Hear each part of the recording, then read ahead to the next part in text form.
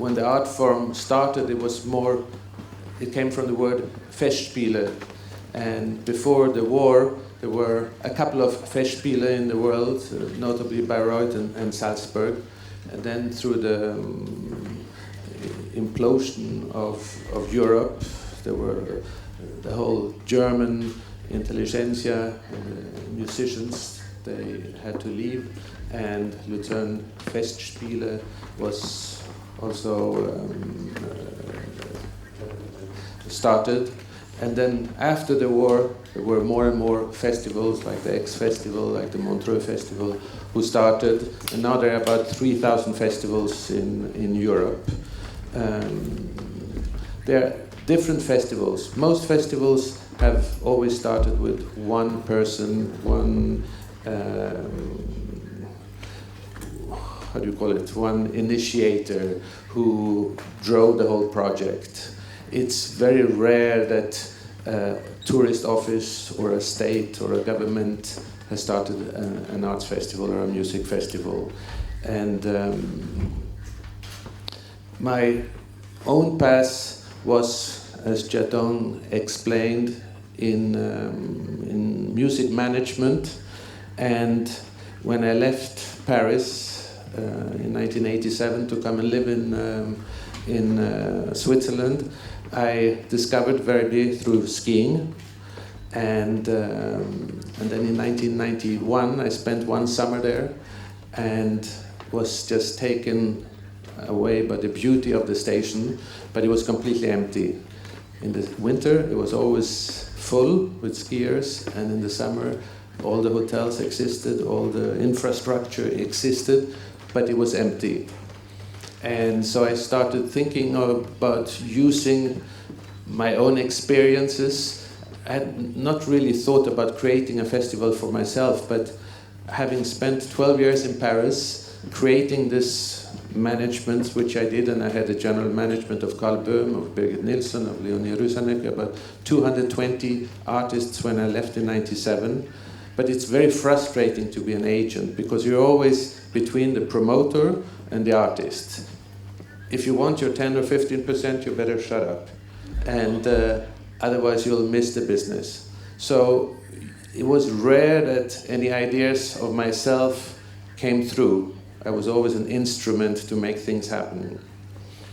And so I thought I would like to use this opportunity when I saw Verbier, because after speaking with the head of the tourist office, I heard that they were trying to get activities in the summer.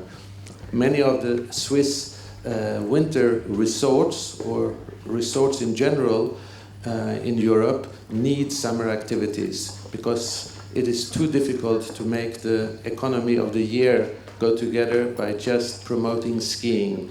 And as you all know, through the global heating, the glaciers are melting, so it's really difficult for the ski resorts to survive, and it will be increasingly more difficult. So they will have to find other ways to promote and keep their economy going for the whole year. I put my concept together of the festival, because I had one. I created a brochure. I sent it off, this was in October 1991, to 50 of the most important CEOs of Switzerland. 48 did not reply. One organization did reply, said no.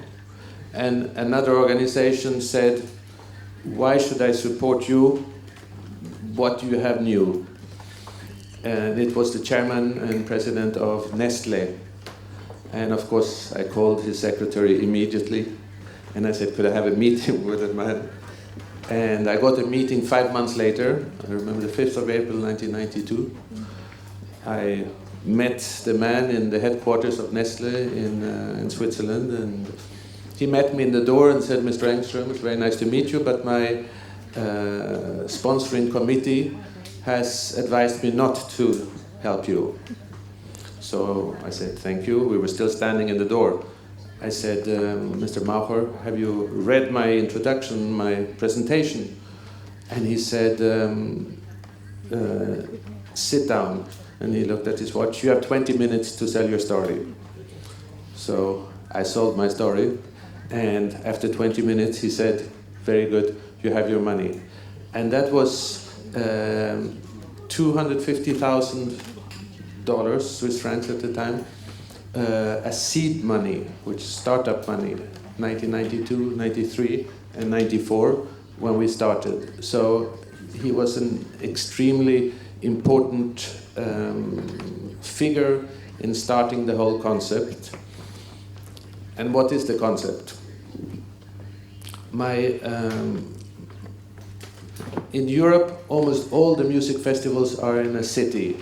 London, Aix-en-Provence, Lucerne, Vienna. I would say 95% of all the big festivals are in a city. You have Glyndebourne, who is outside the city, and the Verbier festival has very much followed the model of the Aspen Music Festival in Colorado, which was my model, which is based on educational activities of young musicians gathering together, learning from the masters. And so from the very beginning, I had one youth orchestra as my orchestra in resident, because my goal was to have the major conductors, the big conductors, and we also opened the first festival with Zubin Mehta.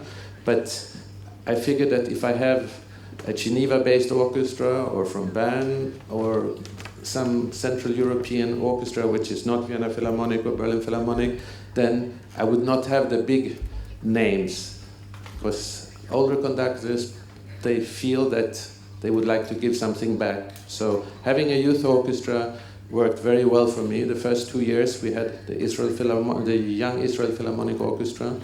The third and fourth year we had the Jeunesse Musicale International Orchestra, was about 53 different nations. And the fifth and sixth year, the Curtis Institute Orchestra from Philadelphia. So we always, this was before we started our own orchestra, so we always had a youth orchestra.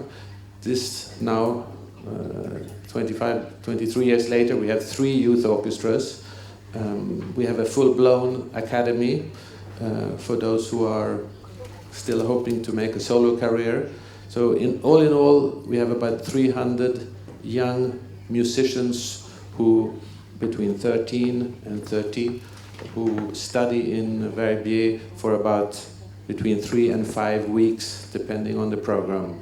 So it's very, very much based on education, educational activities. And then we have the big festival where we have about 60 events in 17 days. It's about 4 concerts a day. And there many of the world's greatest soloists perform. But I've always insisted on the big conductors. And when we started with our own youth orchestra, we had James Levine as our music director for 9 years. Now it has been Charles Dutoit, who is ending next year his music directorship, and then it will be Valery Gergiev from 2018. So my artistic goal is always the big conductors and names, and then the young generation coming in after that, and trying to avoid the middle layer. So that's basically what the long road in a nutshell. Perhaps I should also say 2 words for you, because there's always, when one talks about music, you cannot avoid talking about money. I got the initial support to start the festival, but of course it wasn't enough. In Switzerland there is no cultural minister. In Bern there's no cultural organization who governs the whole country, like in France or like in many other countries in the world.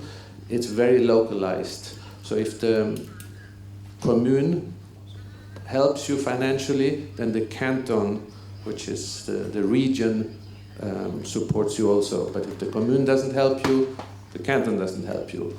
And commune in the beginning was very reluctant to help me. To make a long story short, the first year I lost 400,000 Swiss francs, which is quite a lot of money. Our budget was 1.2 million for the first year, so I lost 400,000. And the second year I lost 800,000. So I had an accumulated deficit of 1.2 million francs the second year. And in hindsight, that was exactly the right thing to do, because it forced the local authorities to take a stand, and also the banks, because they don't like people who have big debts. So they were looking at me and saying, what shall we do with you? And I said, well, you have two choices. Either help me and invest in the festival, or you kill me. It's those two choices. So with all that backlash, I was fortunate to start the festival for the third year with a quite healthy financial backing, and that was sort of the fundament for the beginning. It was a long answer. So sometimes my job is very easy, you just need to push the button, so it's come out of the whole story. Thank you, Martin. So Verbier, the city government is behind you or not? So at the very beginning. Well, I had to prove my case. I had to. They started getting interested in me when the restaurants and the hotels kept filling up. And in 2004, what are we now, 16? In 2006, I made a McKinsey study of the festival. I had McKinsey coming in to make a financial study of the economic impact of the festival on the whole region.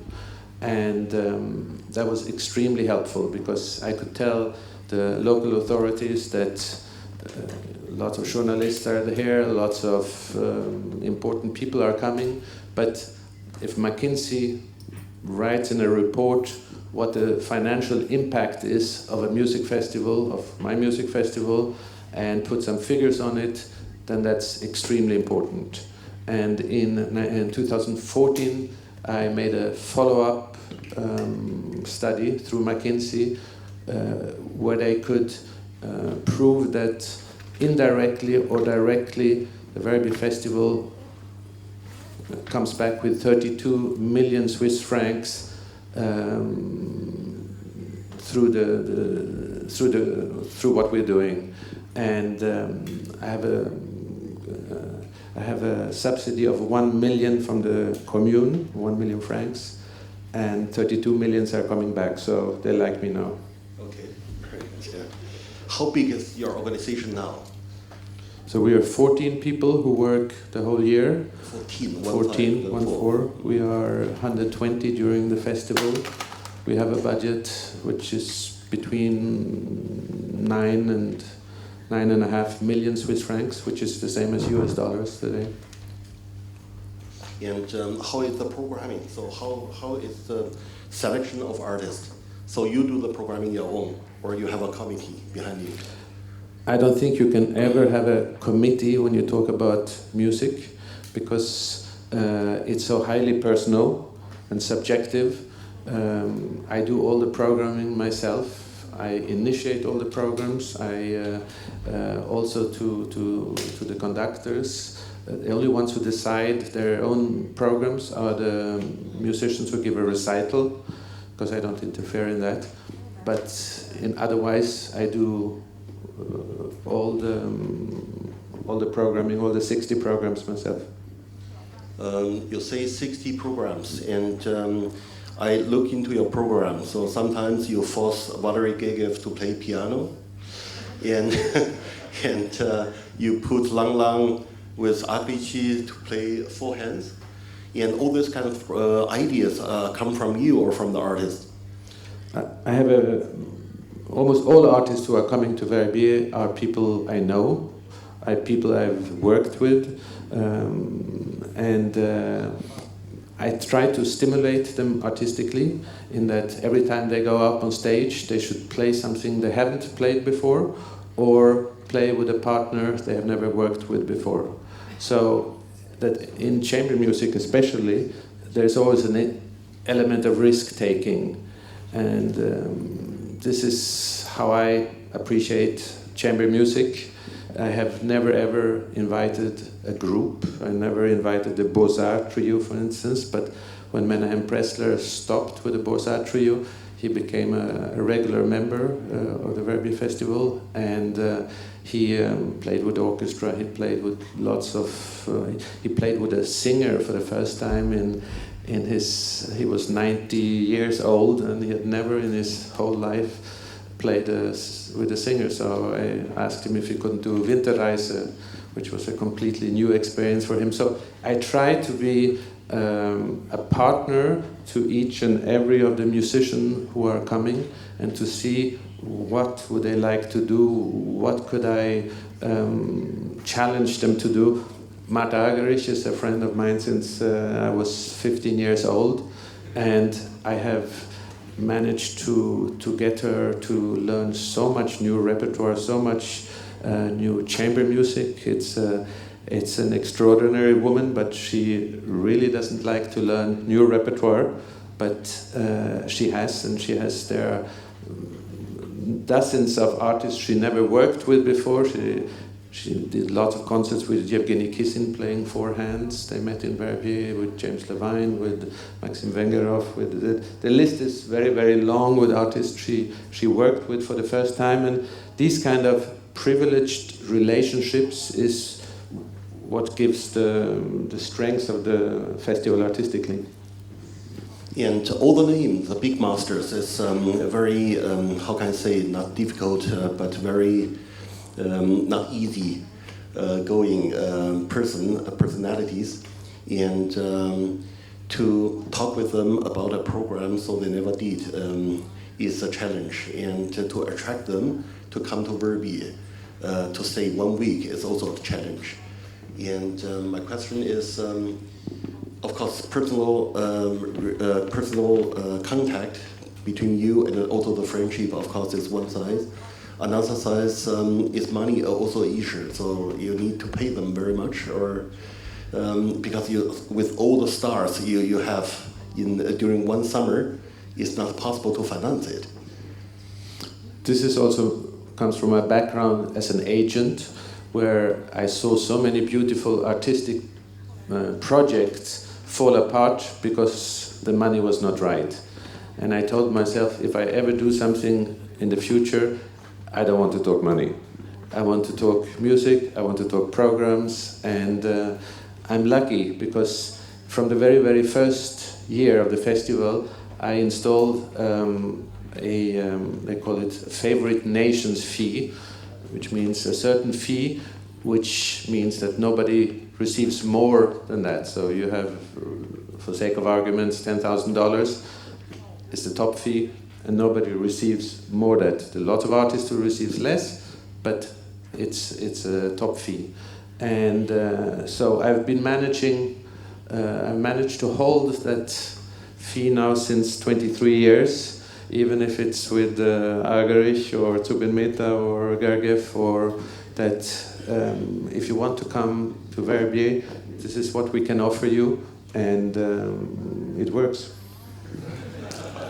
I can confirm that, because two weeks before I met Lang Lang for lunch with his parents, and Lang Lang, I mentioned our meeting today, and he said, "Yeah, Martin, very good friend of mine, and but Verbier never pay well." Huh?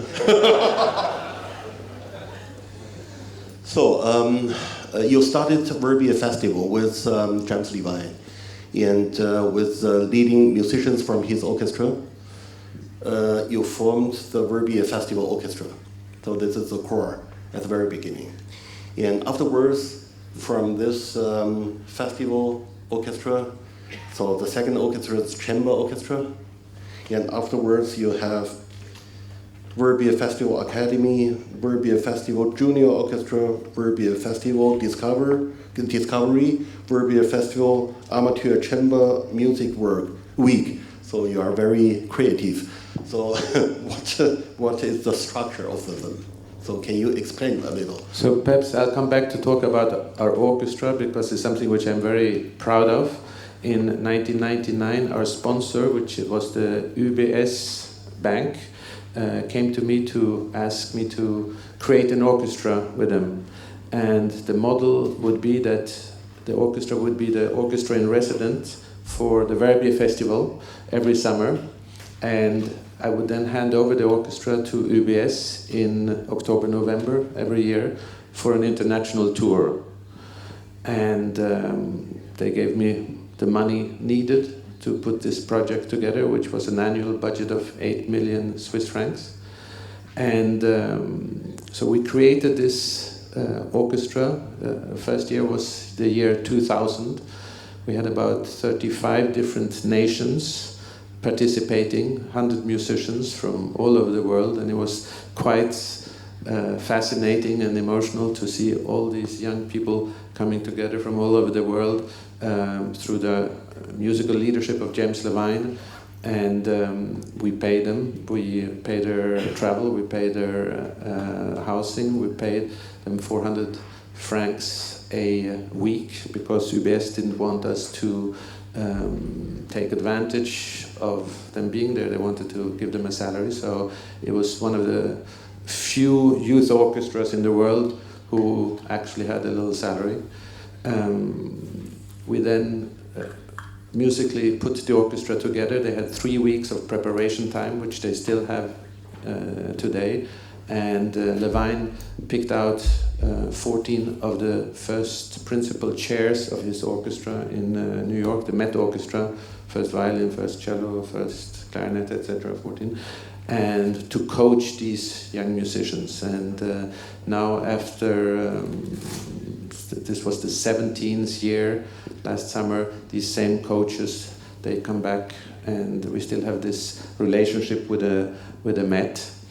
And then in October, November, I put together, during the first period of the orchestra, the first 5 years, I put all these concerts together. We came to China also, we came to Hong Kong. We had over the 9 years that the orchestra was touring, we played in 33 countries in 82 cities, and the overall budget was over $100 million, and which the bank invested in this orchestra. And it was one of the most important sponsoring projects in modern times from a commercial sponsor. And from that, we then created our chamber orchestra with alumni from this big orchestra. So now we have a whole several thousand of young musicians who have played in the big orchestra, and they are, some of them, very select, come back and play, are members of the chamber orchestra. And now, for instance, we have I think 6 members of the Berlin Philharmonic who were in our orchestra, the concertmaster, the first cellist, the first clarinet player, and some other places. We have 3-4 members from the Vienna Philharmonic. So people from our orchestras are now spread over. I think even in the Hong Kong Philharmonic there's a young woman who's been with us. And then 4 years ago we created our 3rd youth orchestra, and these kids are between 15 and 18 under Daniel Harding, leadership of Daniel Harding. As I said in the beginning, education is very important for me. Educational initiatives are very important for me, and every summer we have a whole list of programs we present to these young musicians, because being a young musician today is so different than it was 10 years ago, 20 years ago.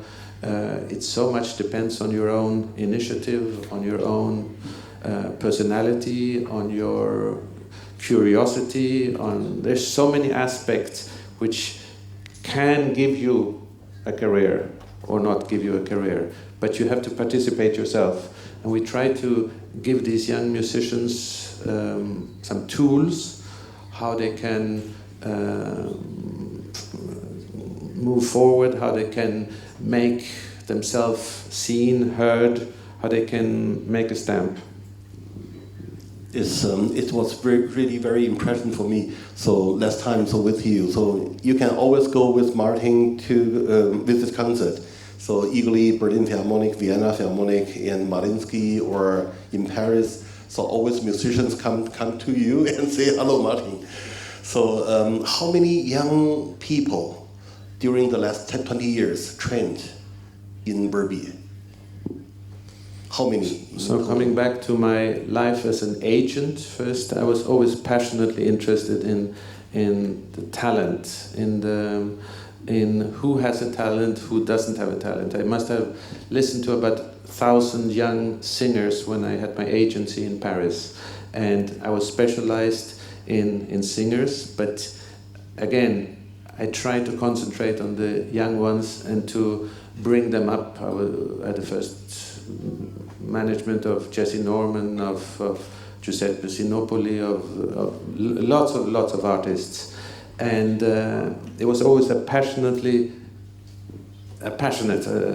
for me to think that you have the talent and you don't have the talent, and what can I do to help you, to develop you, to bring forward. When I was at Deutsche Grammophon also, I signed Lang Lang, I signed Anna Netrebko, I signed Yundi, I signed Yu Jiawang, I signed many young musicians who were completely new to the market, and some of them I helped to get also an agent, some of them I helped to get going, explain what is needed and what you would need. And I still do that, and many artists I invite to Verbier as teenagers, as young teenagers. David Garrett? David Garrett, he came when he was 13 years old, and Daniil Trifonov came very, very early, Yuja also, and I invite them back every year in order to kiss in, for instance, out of the 23 festivals, he has been 18 times in Verbier. He came as a very young man, and I try to build on my relationship with these artists from a very, very young age, but it's fascinating. Once we have more time, we can talk about talents and talent development. So can we say this is the biggest impact of your festival? So, what I think the public likes is either their superstars, their heroes, the names they know, the big names, and secondly, I think they like to discover young talent. Talented. So I think they want to go to a concert and hear somebody and say, then come out and pick up the phone and call their friends and say, oh, I heard this fantastic young musician. So I think the public, at least this is my perception of my public, is that they buy tickets for the big names and for the young up and coming. And that's why it's so important also for the public to know who is the artistic director, who makes the choices, because it is a subjective choice. There are so many young musicians out there, but you have to know why this one. And I think you create a relationship with your public after so many years, and you create a relationship of confidence. So if I present a young musician who makes his debut, I want my public to trust me. And where are your public come from? So because Verbier, how many inhabitants Verbier has? 2,000. 2,000, okay. Nobody lives in Verbier. Yeah, and where are the public come from? So we sell about 40,000 tickets every year. I would say 60% comes from Switzerland, 20% comes from France, and 20% from the rest of the world. And more Chinese are coming now, huh? Well, I'm spending quite a lot of time to talk with Chinese travel agencies, Chinese journalists. We invite more and more journalists every year to Verbier to create interest of the Chinese public. As we all know, there are millions of music students in China. There's a big public growing up.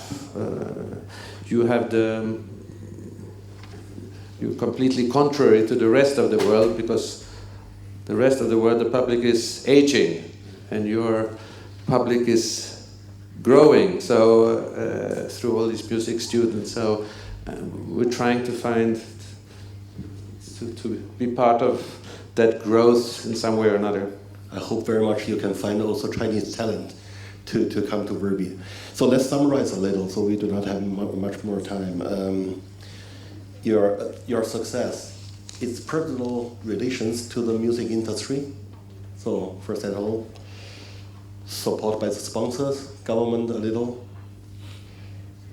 creative program because of your background with Universal and Deutsche Grammophon. Innovative for the future. So I want to mention one thing. 2008, Martin started internet broadcasting, right? So 2008 is 8 years before. It was not very usual, and at that time, how many people you attract? 2008, the first time? So in 2008, the people who started Medici.tv came to me asking to stream some concerts.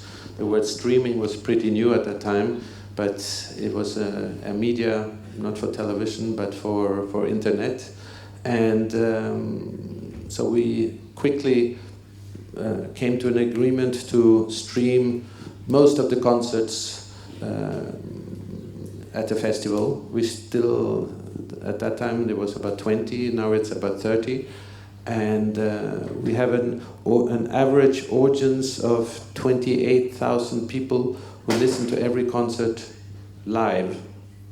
So we do morning concerts and evening concerts with Medici, and the church has about 600 seats, and the big hall about 1,800 seats, and we have an average of 28,000 people who look live at our concerts, and then they stay on the internet until stay available until end of October, and every year we have an accumulated number of about 1.5 million people who look at our concerts 15 minutes or more. So thanks to Medici, we have also a phenomenal archive of high definition recordings of all our concerts, and which we will use one day. Yeah, so Verbier is very related to the person Martin Engstroem. What will be the future of Verbier? So if one day you decide to start a new challenge? Oh God. For a festival? You know, I think for us people who are in classical music, it's very difficult to renew ourselves, because the product is the same composers, the same format, the same instruments, there's so many things which are the same since hundreds of years, and to renew all that dramatically, I don't think it's possible. All of us who are in the performing arts business, we need to find a new public, we need to go out there and get new people, and there are many ways to do that, very exciting ways to do that, and so there are enough challenges with what we have. So 5 minutes? 1 minute? Okay. So any suggestions if one of us will be the next artistic director of a big festival? How should we do it? So what is your suggestion for a colleague or want to create a unique festival in Asia? It's to have you have to have one artistic director who you put your 5 cents on. You cannot have it as a committee. You have to have there has to be somebody who the public follows, and there's so many festivals outside, so the question is always when you have a city festival, for instance, what do you want to offer? How do you want to, and I think we'll get into this tomorrow, if I'm not wrong, does it have to be only music? Can it be different things? Can it be food? Can it be world music? Can it, and I think before you answer all these questions, you have to know who is your audience and what do you want to communicate? Where do you want to go? What do you want to do with your festival? Is it for your own ego, or is it for the financial impact of the city, or is it for marketing purposes? Is it for so that you have to sort of analyze why and how. So China, we have a lot of beautiful concert halls, hotels, and the willing of the government to support, and also many kids learn to play instruments. So we hope really very much we could have more successful festival like yours. So thank you very much, Martin, for. Thank you very much. Thank you.